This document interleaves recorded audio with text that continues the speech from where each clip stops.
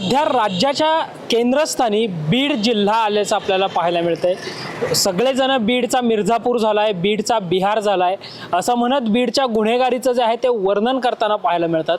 या परिस्थितीवर बीडच्या तरुणांना नेमकं काय वाटतं हे जाणून घेण्यासाठी माझ्यासोबत बीडचे तरुण आहेत जे स्पर्धा परीक्षांचा अभ्यास करतायत। त्यांच्या नजरेतून बीडच्या या परिस्थितीकडे हे तरुण नेमकं कसं पाहतायत हे जाणून घेण्याचा प्रयत्न आपण करणार आहोत। दादा, जर आपण पाहिलं तर आत्ता बीड जिल्ह्याला कुठेतरी बीडचा बिहार झालाय, बीडचा मिर्झापूर झालाय अशी वर्णनं किंवा असं लिहिलं जातं, बोललं जातं।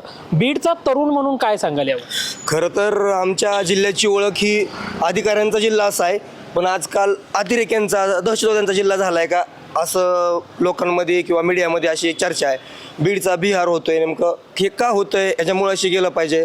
उद्योगधंदे नाही आहेत, रोजगार नाही आहे, परिणामी आमच्या इथले शेतकरी पण हे 1 हेक्टर 1.5 हेक्टर शेती असणारे शेतकरी आहेत, त्यांच्याकडे शेती करण्यासाठी पाणी पण नाही आहे। मग काय करायचं तर ह्या राजकारण्यांच्या मागे फिरायचं, कुठेतरी हे थोडे पैसे देतात तेवढ्यावर काम करायचं, तेवढ्यावर भागवायचं, मग त्यांच्या समर्थनार्थ आम्ही काहीतरी जाळपोळ करायची, आंदोलनं करायची आणि जेलही आम्हीच भोगायची आणि ऐन परिस्थितीमध्ये आम्हाला सोडून जातात ते। पण आज परिस्थिती इतकी वाईट आहे की याला कुठेतरी जातीय रंग दिला जातोय। जो काय वाद झाला तो आर्थिक व्यवहारातून झाला, ठीक आहे, मग जे काही भांडण झालं, मृत्यू झाला त्यांचा, ते अगदी चुकीचीच आहे। आरोपींना फाशी शिक्षा झाली पाहिजे, त्यामध्ये काय वाद नाही। पण याच्या आडून जे राजकारण करतायत, थेट सांगायचं झालं तर वाल्मिकी कराड असतील किंवा धनंजय मुंडे असतील, सुरेश दस किंवा संदीप क्षीरसागर, हे सगळे ह्याच्या मागं राजकारण करतायत, मला असं वाटतंय। एकेकाळी संतांचा जिल्हा म्हणूनही बीडची ओळख आहे। अगदी मोरोदासांपासून अनेक संत महंतांची भूमी म्हणून बीड जिल्ह्याला ओळखलं जातं आणि अशा वेळी आता बीडला कुठेतरी गुन्हेगारीने ग्रासलंय अशी स्थिती आता पाहायला मिळते। हो, बरोबर आहे, तुम्ही म्हणताय आमचा संतांचा जिल्हा आहे, तसंच आमचा ऊसतोड कामगारांचा पण जिल्हा आहे। आम्ही कधीच ऊस पिकवला नाही, आम्ही कायम ऊसच तोडायचा का, या राजकारण्यांना माझा सवाल आहे। आणि किती दिवस हे असंच करणार आहे तुम्ही? आमची माती किती दिवस फिरकावणार आहात तुम्ही? आणि किती दिवस आमच्यावर असे दहशतीचं वातावरण निर्माण करून तुम्ही आम्हाला गोंधळात टाकणार आहेत? रोजगार नाही, बेरोजगारी, याच्याकडे तुम्ही बघणार आहात की नाही? की फक्त तुम्हाला राजकारण, जात, धर्म, पंथ, लिंग, वंश एवढंच दिसतंय का? या बाकीच्या पण मुद्द्याकडे तुम्ही लक्ष द्या असं मला वाटतं। एकंदरीत काय आव्हान कराल म्हणजे जनतेला पण, नागरिकांना पण आणि सर्वांनाच, बीडचे जे रहिवासी आहेत त्यांना या निमित्तानं? मी असं आवाहन करेन की वगैरे एक शून्य मतदार म्हणून तुम्ही एक विचार करा। ज्यावेळेस तुम्ही मत द्यायला जाता त्यावेळेस तुम्ही एक योग्य उमेदवाराची निवड करा। आज तुम्ही उमेदवाराला मत देताय, उद्या तो दुसऱ्या पार्टीत जातोय किंवा दुसऱ्या पार्टीतून तिसऱ्या पार्टीत जातोय, हे सगळे राजकारण करतायत। तर मी असं आवाहन करेन की सगळ्यांनी शांततेत राहिलं पाहिजे।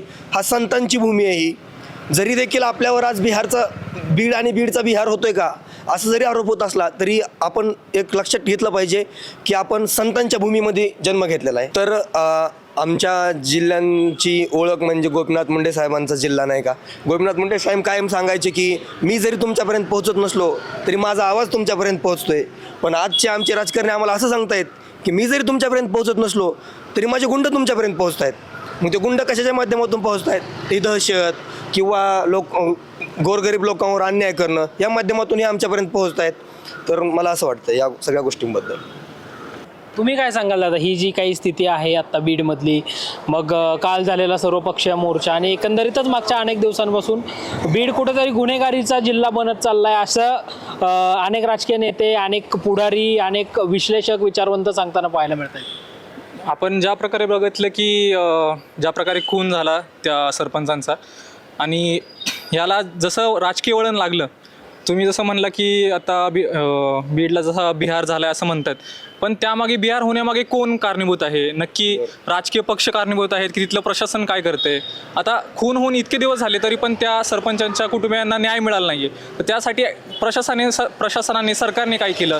नुकतंच नवीन मंत्रिमंडळ स्थापन झाले, त्यांनी त्यासाठी काय पुढाकार घेतला आहे याबद्दल कोणीही काही बोलत नाही आहे। एवढे मोर्चे चालले आहेत, सध्या मूक मोर्चा चालू आहे तिथे, तरी पण त्याबद्दल सरकार किती गांभीर्याने या गोष्टीकडे बघते हे सुद्धा बघणं महत्त्वाचं आहे। आज त्या ठिकाणी SIT स्थापन करू, CID स्थापन करू हे फक्त आश्वासन देते सरकार, पण ग्राउंड लेवलला तिथे किती काम होते हे कोणाला माहिती आहे?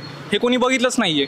त्याच्यामुळे मला वाटतं की ह्याच्यामध्ये न्याय मिळणं खरंच खूप महत्त्वाची गोष्ट आहे आणि ते सरकारने त्या गोष्टीने लवकरात लवकर प्रयत्न केले पाहिजेत असं मला वैयक्तिक मत आहे माझं। नक्कीच आत्ताची ही जी काही स्थिती चालू आहे बीडमध्ये, हे पाहता तुम्ही एक बीडचा तरुण म्हणून आता काय सांगाल, काय आवाहन कराल? ज्या प्रकारे परिस्थिती सध्या चालू आहे, सध्या तरी सरपंचांना न्याय मिळण्याच्या दृष्टीने मला असं वाटतं की सध्या कुठलाही पक्ष असू दे, कुठलीही जात असू दे, प्रत्येकाने त्यांनी त्यांचं एकीचं बळ दाखवलं पाहिजे सध्या. कारण जर आपण आता सध्या जर एकी नाही दाखवली तर हे राजकीय पक्ष झाले, मंत्री खासदार कोणी जे असतील ते त्यांना जे काही करायचे ते त्यांचं तसं चालू राहणार आहे. आणि त्या बाबतीत आपण जर एकी दाखवली नाही तर आपल्याला न्याय हा कधीच मिळणार नाही आहे. त्याच्यामुळे एकी ही तुटली नाही पाहिजे. काही राजकीय पक्ष थोडीफार म्हणजे प्रश्नात ह्या विषयातून दुसरीकडे वळण घ्यायला सध्या म्हणजे तुम्हाला माहिती असेल की कसे वळण दुसऱ्या साईडला घ्यायचा प्रयत्न करतात. पण त्या वळणाकडे लक्ष न देता आपण नेमक्या टॉपिकवरती राहिलो पाहिजे असं मला वैयक्तिकरित्या वाटतं. आता जर आपण पाहिलं तर विकास निश्चितच झालेला आहे, मात्र आता जर गुन्हेगारीचा जो हा विषय आहे त्याच्या अनुषंगाने आपण प्रामुख्याने चर्चा करतोय. या गुन्हेगारीवर नेमकं तरुण म्हणून काय ह्या गुन्हेगार जो असतो त्याला काही जातपात नसते किंवा जातीचं राजकारण तिथं करू नये. त्याला सजा स्पष्टपणे झाली पाहिजे. कोणी कहा असं ना, साहेबाच्या जवळचा कार्यकर्ता असो किंवा कोणीही असो, त्याला सजा भेटलीच पाहिजे. आमचं सुद्धा वैयक्तिक मन आहे किंवा हेच लोक तिथं जातीचं राजकारण करतात. माझं काय म्हणणं आहे की त्या देशमुख परिवाराला 100% न्याय भेटलाच पाहिजे. आम्ही स्वतः समर्थन करतात की न्याय भेटला पाहिजे. पण तिथं कसं आहे, राजकीय सगळं चालू आहे. टोटल हे लोक जायले तर राजकीय षडयंत्र आणि त्यांना बीड जिल्हा म्हणजे राजकीयचा हे एक बिहार हे बनवायचं आहे त्यांना क्षेत्रात. त्यांचं चालूच आहे प्रोसिजर. आणि आहेत काही तुम्हाला मी सांगतो, हे सगळे पश्चिम महाराष्ट्रातले नेते टोटल जे करायलेत ना, करायला तर आम्हाला माहीत आहे. पण कसं आहे, आता आपल्याला काही बोलता येणार पुढचा प्रश्न. दादा, एकंदरीतच ही सगळी गुन्हेगारी, कारण बीड जिल्हा जर आपण पाहिला तर एकेकाळी संतांचा जिल्हा अशी बीड जिल्ह्याची ओळख होती. आता मात्र कुठेतरी गुन्हेगारांचा जिल्हा बनतोय की काय अशी भीती आपल्या पुरोगामी महाराष्ट्रात उद्भवते. नाही, एक पहिलं तर जी घटना घडली संतोष देशमुख यांची, त्यांना माझी भावपूर्ण श्रद्धांजली आहे आणि त्यांच्या मारेकऱ्यांना कठोरात कठोर शिक्षा होणं गरजेचं आहे. परंतु त्या घटनेला आधार म्हणून जे काही आज चालू आहे बीड जिल्ह्यामध्ये, तर ते फक्त आणि फक्त राजकारण चालू आहे आणि स्वतःची पोळी भाजण्याचं काम चालू आहे. आता तुम्ही जर इतर जिल्ह्याची तुलना केली तर बीड जिल्ह्यातील गुन्हेगारीचं प्रमाण फार कमी आहे. तुम्ही पुण्यामध्येच पहा की रोज किती घटना घडतात. आता इथं राजगुरुनगरला 2 मुलींवर अत्याचार झाले. पुन्हा इथे कालच एका महिलेच्या समोर तिच्या मुलीचं किडनॅपिंग झालं. रोज कोयत्या गँगचे हल्ले होत आहेत. पण असं कुणी म्हणत नाही पुणे मुंबईचा बिहार झाला म्हणून. फक्त इथं कुठंतरी राजकीय उद्दिष्टानं, राजकीय हेतूनं बीड जिल्ह्याची बदनामी केली जाते आणि त्याला कारणीभूत फक्त बीड जिल्ह्यामधलं अंतर्गत राजकारण असेल किंवा धनंजय मुंडे ह्यांचे काही विरोधक असतील, कुठं त्यांच्या प्रतिमेला तडा देणं असेल, या माध्यमातून राजकारण करून ते बदनामी करतात बीड जिल्ह्याची. एकंदरीतच ही घटना असेल किंवा अनेक ज्या काही घटना मधल्या काळामध्ये घडून गेल्या, या सगळ्या पार्श्वभूमीवर बीडचा तरुण किंवा एक तरुण म्हणून तुमची काय प्रतिक्रिया असेल, काय आवाहन कराल? नाही, एकतर बीडची बदनामी होऊ नये अशीच अपेक्षा आहे. कारण बीडचं काही बिहार वगैरे झालेलं नाही, पण मागील 2 वर्ष जी महाराष्ट्रामध्ये आणि विशेषतः बीड आणि मराठवाड्यामध्ये जे आरक्षणाची चळवळ उभी राहिली, त्याच्या माध्यमातून आरक्षणामुळे जे काही जातीय ताणतणाव बीड आणि आसपासच्या भागामध्ये निर्माण झाले ते मोठ्या प्रमाणात वाढत आहेत. आणि त्याचा एक परिणाम असा झाला की 2 लोकांमध्ये कुणाहीमध्ये वैयक्तिक भांडण झालं, म्हणजे शेजाऱ्यामध्ये जरी भांडण झालं तर त्याला लगेच जाती अँगल येतो आणि तो लगेच मोठा विषय होतो. मग जर खरंच काही म्हणजे बिहार झाला आहे का, तर गुन्हेगारीमध्ये नाही झालेला, तर जातीवादामध्ये बीडचा बिहार झाला आहे. आणि तो रोखणं हे कुणाचं काम आहे, तर लोकप्रतिनिधीचं काम आहे.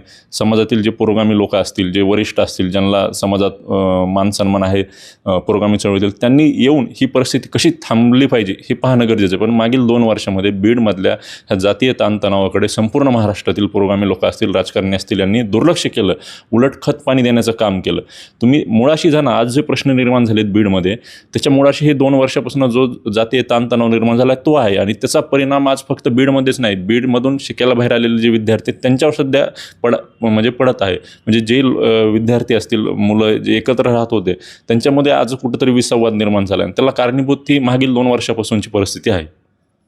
निश्चितच त्यामुळे बीड जिल्ह्यातली गुन्हेगारी असेल, वाढती गुन्हेगारी जी संतोष देशमुख यांच्या हत्या प्रकरणामुळे पुन्हा एकदा ऐरणीवर आलेली आहे, या दृष्टिकोनातून तरुणाईचं नेमकं या गुन्हेगारीवर नेमकं काय मत आहे, काय उपाययोजना केल्या पाहिजेत किंवा तरुण म्हणून त्यांच्या काय भावना आहेत, हे जाणून घेण्याचा टॉप न्यूज मराठीच्या माध्यमातून आम्ही केलेला हा छोटासा प्रयत्न होता. Sanket Deshpande, top news Marathi, Pune. Tours and travels विश्वातील एक विश्वसनीय नाव मँगो हॉलिडेज घेऊन आले आहेत धम्माल फॉरेन टूर्स खास तुमच्यासाठी. एक्झॉटिक युरोप 17 रात्री 18 दिवस, साऊथ आफ्रिकन सफारी 9 रात्री 10 दिवस, नॉर्दर्न लाईट्स 8 रात्री 9 दिवस, दुबई अबुधाबी 5 रात्री 6 दिवस. व्हिएतनाम कंबोडिया 8 रात्री 9 दिवस. तर आजच आपली सीट बुक करा आणि आपल्या फॉरेन टूर्स मेमोरेबल करा. मँगो हॉलिडेज म्हणजेच अविस्मरणीय सहलीचा अनुभव. मँगो हॉलिडेज, 4था मजला, स्वोजस कॅपिटल अतिथी रेस्टॉरंटच्या वर, लॉ कॉलेज रस्ता, पुणे 4. संपर्क पुणे 83 839 505 किंवा 80 80 81 74 54. मुंबई 83 839 503 किंवा 96 53 18 74 78. कम ऑन गाइस, हरी आप. यार सुन ना, एक ब्रेक ले लेते हैं. Guys, I am telling you, तुम लोगों को सही से ट्रैकिंग नहीं आता. But that's okay, you can learn. रोज का ढक्कन देना. ये रेड वाला है, सही वाला देना. अबे ढक्कन, पहले तो सही पानी पीना.